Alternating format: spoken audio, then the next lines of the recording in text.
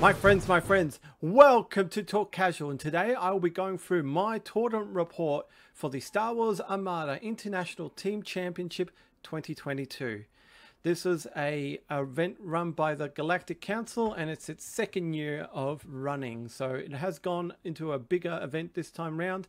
This year there was 28 teams, 116 players. So it was a fair amount of more that was last year, and it was good to see a lot of players from the international Armada community come in. So we had teams from, of course, USA, Canada, Italy, Spain, Australia, of course, New Zealand, and France, of course, one of the big, and Germany. So some of the big European Armada communities there. Right, let's go through the startup of this tournament and what was happening. So with us Australian players, there was about 8 of us who started off the conversation at first.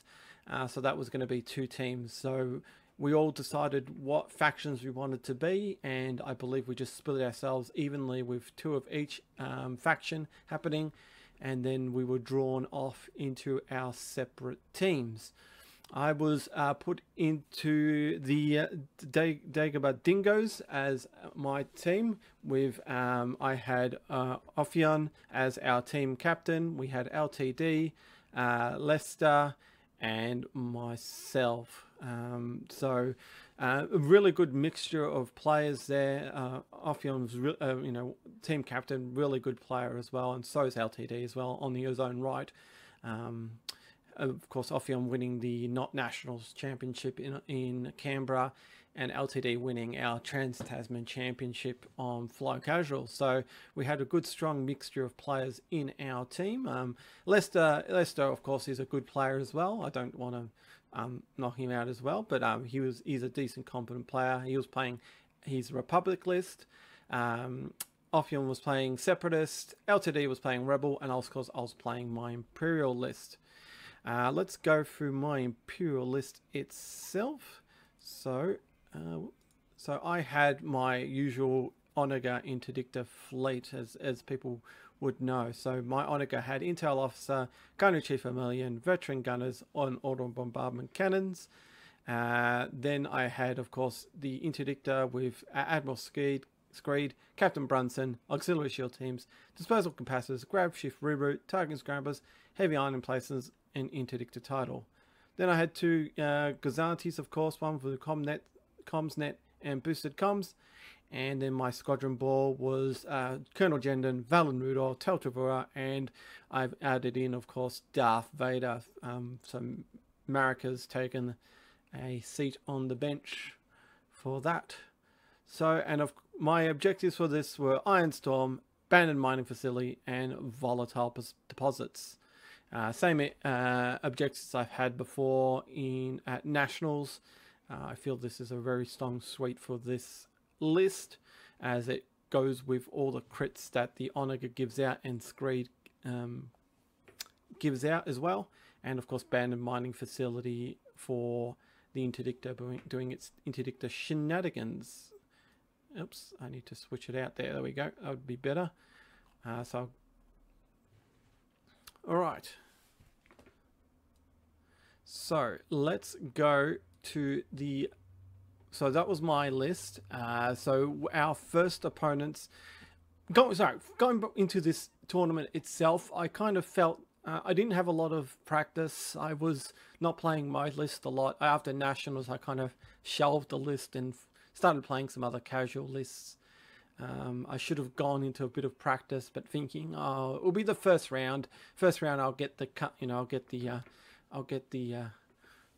the shackles going. I'll get some cobwebs off, and be nice and easy to get into, and hopefully we won't draw anyone massive. So, the first round will be the one I start kind of playing.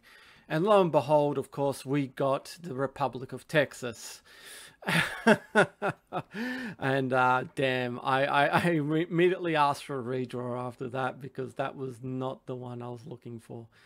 You always expect, you have a good balance of a first round, but you don't seem to want to draw one of these power teams.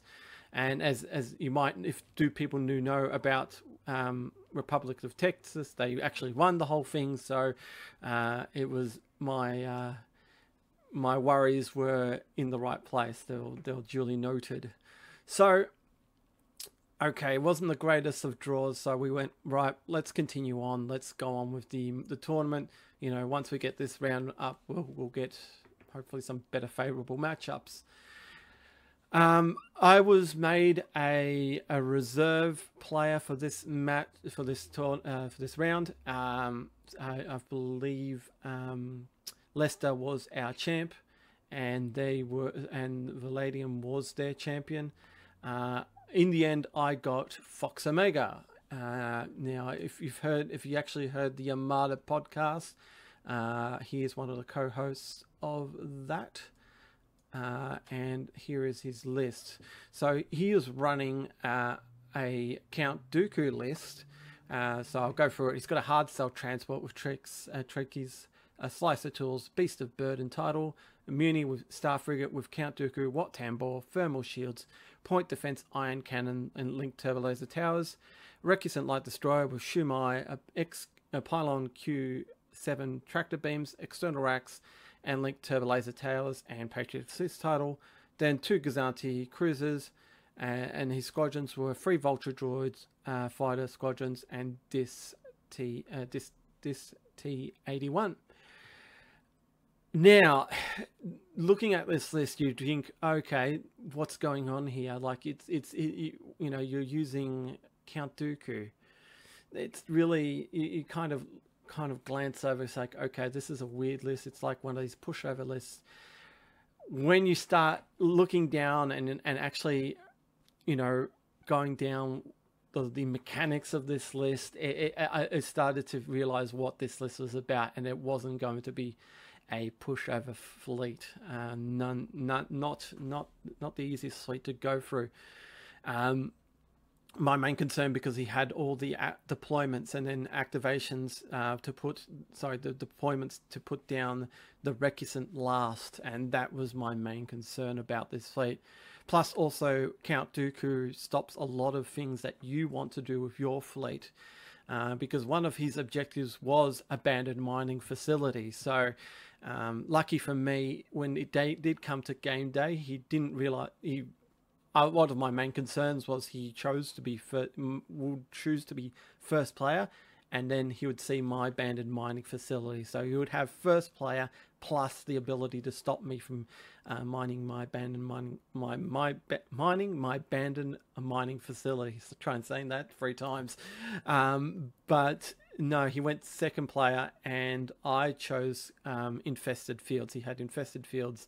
I think his first one was Most Wanted, or Surprise Attack. I can't remember off the top of my head, but someone will quote me out on that one. But Infested Fields is the one I chose, and I was first player.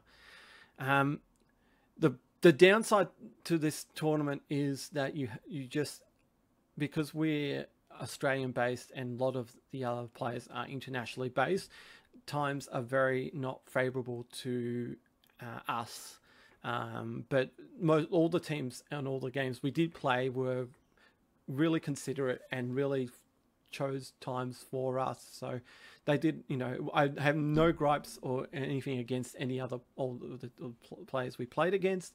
Everything was done well and amicable, so I have nothing against any of the players. But I do admit that this is one of the downsides playing this tournament, these kinds of tournaments. And nothing against Fox Omega himself. Unfortunately, we couldn't arrange a time in that week, so we had to wait a whole full week before we could actually play, and that kind of led to this kind of overthinking of the game, going through what can happen, what will happen, what was my strategies to go through this game. And when it came to game day, it was just an absolute dog's breakfast. Let's just say that. This was probably one of the worst Armada games I have ever played. And nothing disrespect to Fox Omega. He played a really good game. He did make a couple of mistakes here and there after seeing the game itself. But this was one of these games where you just go, right, let's just, it's a write-off. Let's continue on with the tournament. So I basically lost this game on deployment. Simple as that. I put the interdictor in a place where I wouldn't have never put it myself. I actually put it too far away from an asteroid for Captain Brunson to action. Once I put it down and I realized that that's happened, the game was over. The game, before it even started itself, the game was over. So I had to basically kind of go into this this game of trying to save myself, and it didn't go to plan. Everything that I tried to do didn't work, and it showed. I actually lost this game very badly. I lost 10-1. Really, I should have lost this 9-2. If you actually, I went back and watched. I was the person hosting the game, so I went back and saw the end board state after the couple of days after the game to actually digest what went wrong with this game. And you see that I've actually left one of the tokens for infested fields on my side without picking up. I missed out on 15 points and I was kicking myself there. So instead of being a 10-1, it would have been a 9-2 if I just picked up that one token. These things happen. It was just an absolute farce. So I'll go through the game itself. So I had my interdictor on the side where it just had no Brunson. So I had to rush towards a rock just to get Brunson because I realized that it was in front of Patriot's Fist and I figured that it would be gone with Patriot's Fist coming towards it. I really wanted my Onager to go, and this was the main tactic for me, was basically try to kill the Recusant itself, but I was in no position whatsoever to attack the Recusant, so I was in kind of this points denial kind of thing, and it just didn't work. So my interdictor fell because it got double arced by the Recusant at close range. I thought that targeting scramblers could do a fair amount of points, some saving there, but he just got average rolls, and you want to use targeting scramblers to re-roll those double hit crits. But if he gets one or two like normal hits, it's kind of like, well, I can make this much worse. And then Brunson did help there, but he was interdictor was double arced, and then the Muni was in front as well on top of it. And on top of that, the Beast of Burden came in, sliced the Tilsdom, and took away the repair. So there's nothing I can do about the interdictor. The interdictor was gone, and I felt like that I needed to save the Onager and get away and hopefully save some points from being a total whitewash. I was coming to a point in the game where I thought I can get my interdictor away, my Onager away. I went for the move, and then I realized I bumped my shield dial on, I bumped his shield dial on his Muni with my Onager, and then of course I had to go back where I was, and I believe the Recusant and the Munificent double arced with the Onager, and that was a total whitewash. So basically both of my ships gone, 400 points gone there. Also, Infested Fields could have been played a little bit better. I could have grabbed his tokens before he activated his squadrons. Didn't think that through. It's funny because you always think of the games that you lose and how badly you lose them, and you see and you go through the game itself. So you remember more about the games you lost than you won. And this will be one of those games where it kind of went, it puts you back on your feet. It grounds you and says, right, I need to learn from this and learn how to do things better, and also not anticipate the game, but again with a TTS tournament, there's that anticipation of waiting for a game, and that's what got me the better of me. I overanalyzed the game. So one of those big things that you need to think about is don't overanalyze the game before it even starts, and that's where I got. That's where my downfall was. I realized how good this list was once I started breaking it down, and don't take Foxamaker's list to not take it seriously, but and as I said, I realized what this list was, and I had a game plan, and it didn't come up to fruition. And you know what, these things happens. As I said, this game was a write-off. let's continue on with the tournament. So we were doing quite well before my game. We were even on points, or we were up on 1 point or something like that. I can't believe. No, they were up on 1 point. And then this, of course, this tipped them to win this round. So they won this one. And of course, they went to bigger and better things. So lesson for the tournament was, yeah, don't overanalyze things, and don't think about what your deployments are, and practice your fleet before going to one of these tournaments. So that was my first round, not the greatest of rounds. So let's move on to round 2. So we had USA East Central as our second opponents. So for this one was their Martuk, I believe, was the challenger, and so their champion, and we challenged with myself and LTD, and Martuk picked me as the contestant here. So the contestant here was Red Mask Moose. Again, another recusant fleet coming towards me. I wasn't feeling the greatest after my first round. So I had a bit of a chat with Ophion to go through what I could do a little bit better from this tournament.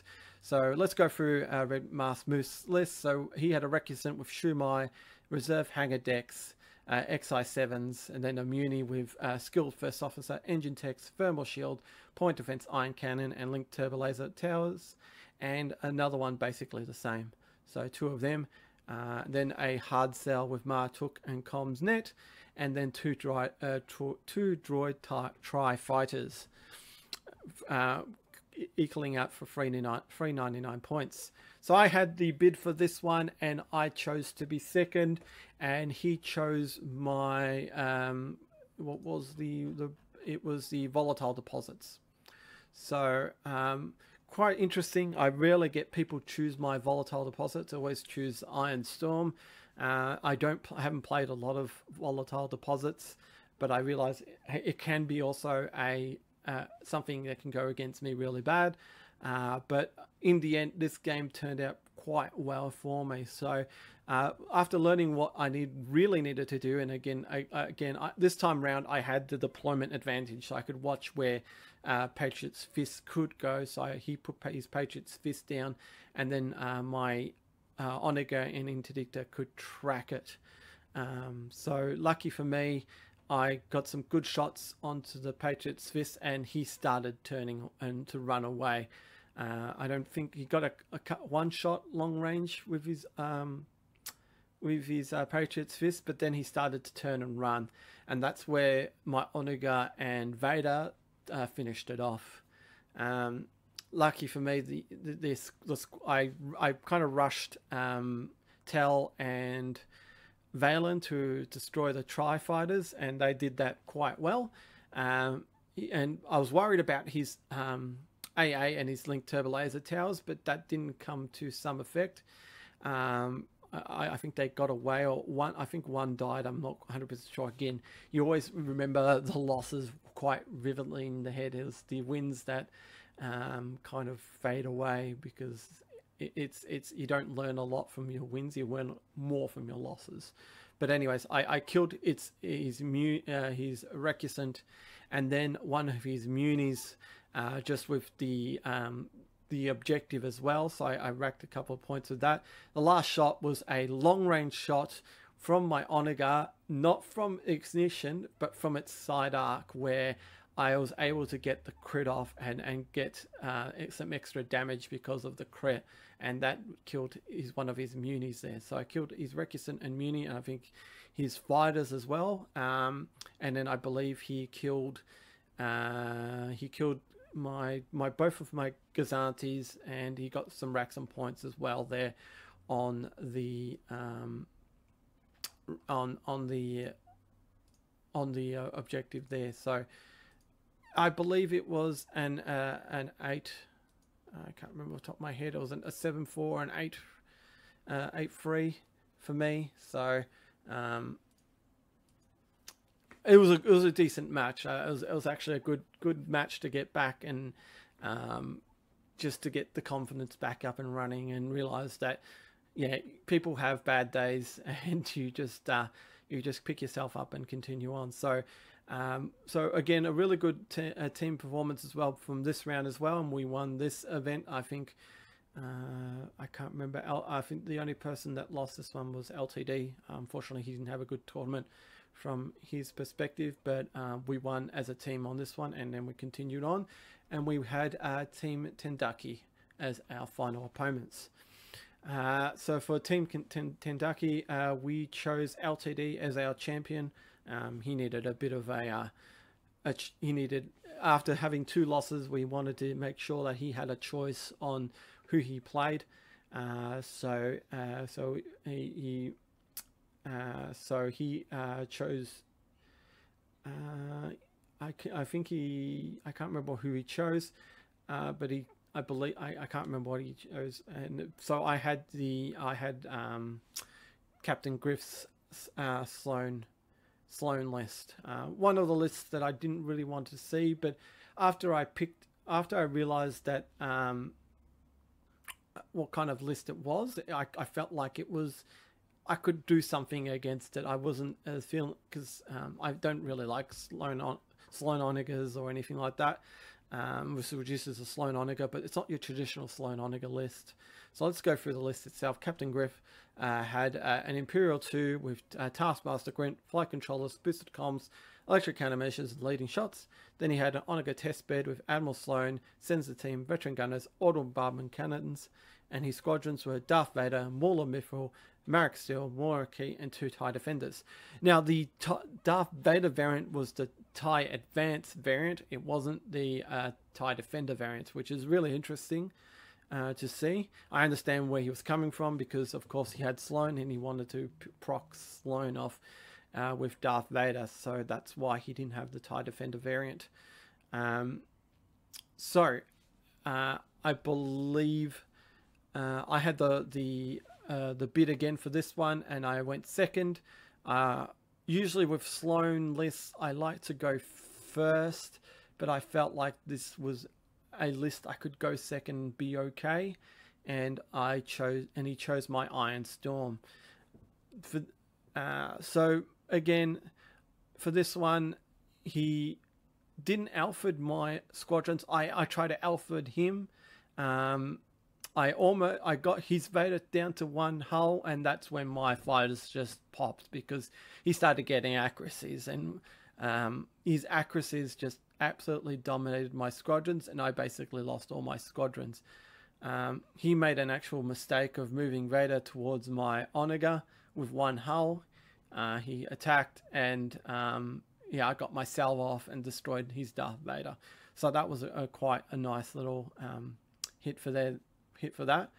But first off, both our Onegas went toe to toe.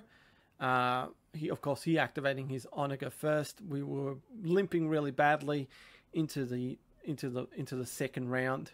I decided to get right in front of his Onega because I had my interdictor right next to it, and I could use targeting scramblers as he had sensor teams, and I knew he was going to stop my brace. So I needed something to stop that big hit going through and stopping me from dying.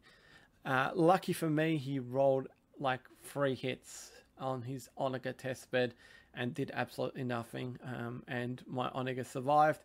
And then I activated my Onega and blew his Onega out in the second turn. Lucky for me, Sloan was on that Onega, and that's basically the thing you really want to go against an Onega fleet. You either kill the squadrons or kill Sloan. So it went for the second one and negated all the Sloan abilities from the squadrons. As I said, the squadrons were vaped out of there. I think he killed no, he just killed my squadrons, I believe, and he killed one of my Gazantis, and then I killed his Darth Vader. I think I killed one of his defenders, and I got points on Iron Storm, and I won that 9-2 on that one. So a good win again there for myself, and I was quite happy with the tournament itself. So let's go to the actual rankings themselves. So as I said, I came out 49th out of the whole event. Not the greatest result, so 2-1, 17 tournament points, and an MOV of 362. Let's just see again. Yeah, so was it the greatest tournament for me? Not really. That first round actually hurt me quite badly in the rankings, so it hurt me being on the 2-1. But at least I came out on the positive side of the wins and losses, which is, I feel like it's a pass mark for me. The team came 14th place, and this is where it kind of got funny. As I said before, if you look at the team ladder, we're 14th place, and the other Australian team, the Dantooine Devils, came 13th place and was only MOV. So if I actually got that 9-2 at the first game, we would have beaten them by one. We would have actually gotten them over on tournament points. It would have been on 69 and them on 68. But well, it was meant to be that way. So in the end of the day, yeah, Republic of Texas won it. As I was dreading at the start of the round. I thought they were a really good team put together with Kellon, Fox Omega, Valadian, and Jay, I think was the fourth opponent. Quote me on that one. So really good, strong team. They won it the whole event against the West Coast Ignition's King of Swiss. There was supposed to be a third and fourth playoff between Team Germany and the Royal Canadian Air Force, but that game hasn't been scheduled in, and apparently that's going to be late September or something like that.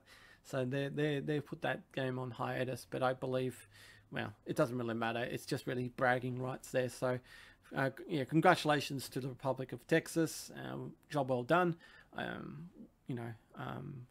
As I said, it was job well done for both of us Australian teams. As I said, we got Republic of Texas, and the Dantooine Devils got the Canadians, the Royal Canadian Air Force team, in the second round. So, we held our own, and we're quite proud of what we did. Just for those people who want to join up, definitely.